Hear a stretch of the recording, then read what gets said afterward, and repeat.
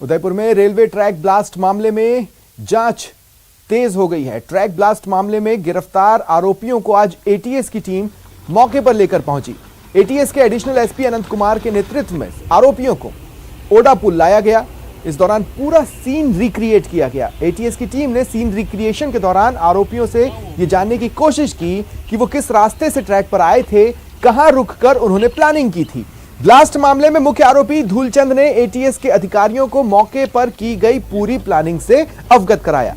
12 नवंबर को ओडा पुलिया पर ब्लास्ट के बाद मामले को बेहद गंभीर माना जा रहा था, लेकिन एटीएस की टीम ने जब खुलासा किया तो लोकल एंगल सामने आया था।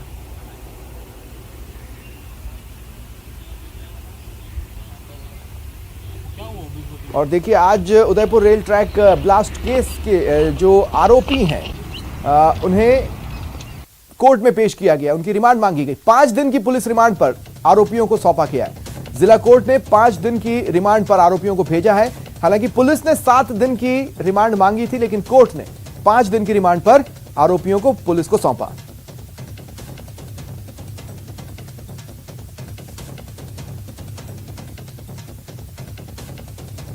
दो आरोपी कोर्ट में पेश किए गए, 7 दिन की रिमांड मांगी गई और उसके लिए कारण भी पुलिस की ओर से बताए गए, लेकिन कोर्ट ने 5 दिन की रिमांड पर फिलहाल आरोपियों को भेजा है।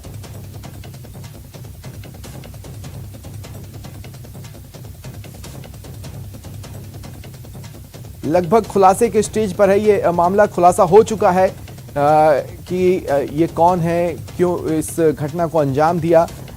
ऐसे में हालांकि पुलिस चाहती थी कि 7 दिन की रिमांड मांगे। देखिए, आपको कल की प्रेस वार्ता याद होगी जिसमें यह कहा गया कि अभी भी कुछ एंगल हैं, पूछताछ के दौरान अगर निकलते हैं तो उस पर भी जांच आगे बढ़ाएंगी। लेकिन अब तक जो मामला सामने आया है वो लोकल एंगल का है।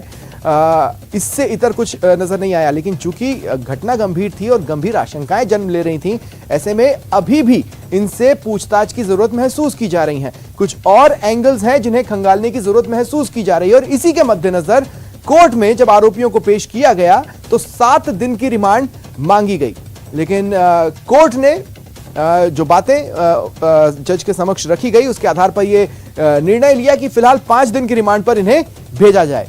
ज्यादा जानकारी के लिए बात करेंगे सहयोगी कपिल से। कपिल, 7 दिन की रिमांड मांगी गई, 5 दिन की दी गई है, रीजन? देखिए, एटीएस द्वारा जो पहलू रखे गए उसमें एटीएस ने न्यायालय के सामने अपना पक्ष रखा कि वे 7 दिन और पूछताछ करना चाहते हैं, ताकि केवल लोकल एंगल के अलावा कोई दूसरा बड़ा एंगल तो नहीं है, ये जो है वो भी पूछताछ की जाए। लेकिन न्यायालय ने अपने विवेक का अधिकार करते हुए इस रिमांड अवधि को 5 दिन का स्वीकृत किया है और एटीएस को 5 दिन के लिए जो आरोपी है उन्हें रिमांड पर सौंपा है। तो अब 5 दिन, आगामी 5 दिनों में एटीएस ये जो ट्रेन ट्रैक ब्लास्ट हुआ है इसको लेकर और गहनता से आरोपियों से पूछताछ करेगी। एटीएस ने अपने स्तर पर कोर्ट को क्या बताया? क्योंकि देखिए, जो लोकल एंगल है उसकी जानकारी तो वो मीडिया के साथ भी साझा कर चुके हैं, लेकिन साथ ही साथ प्रेस वार्ता में यह भी कहा गया था कि अभी भी कुछ एंगल्स हैं जिन्हें खंगालना बाकी है। खासकर जब आतंक से कनेक्शन या आतंकियों से कनेक्शन वाले सवाल उनसे पूछे गए थे, तो क्या इस एंगल को भी कोर्ट के सामने पुटअप करने की कोशिश की थी एटीएस ने?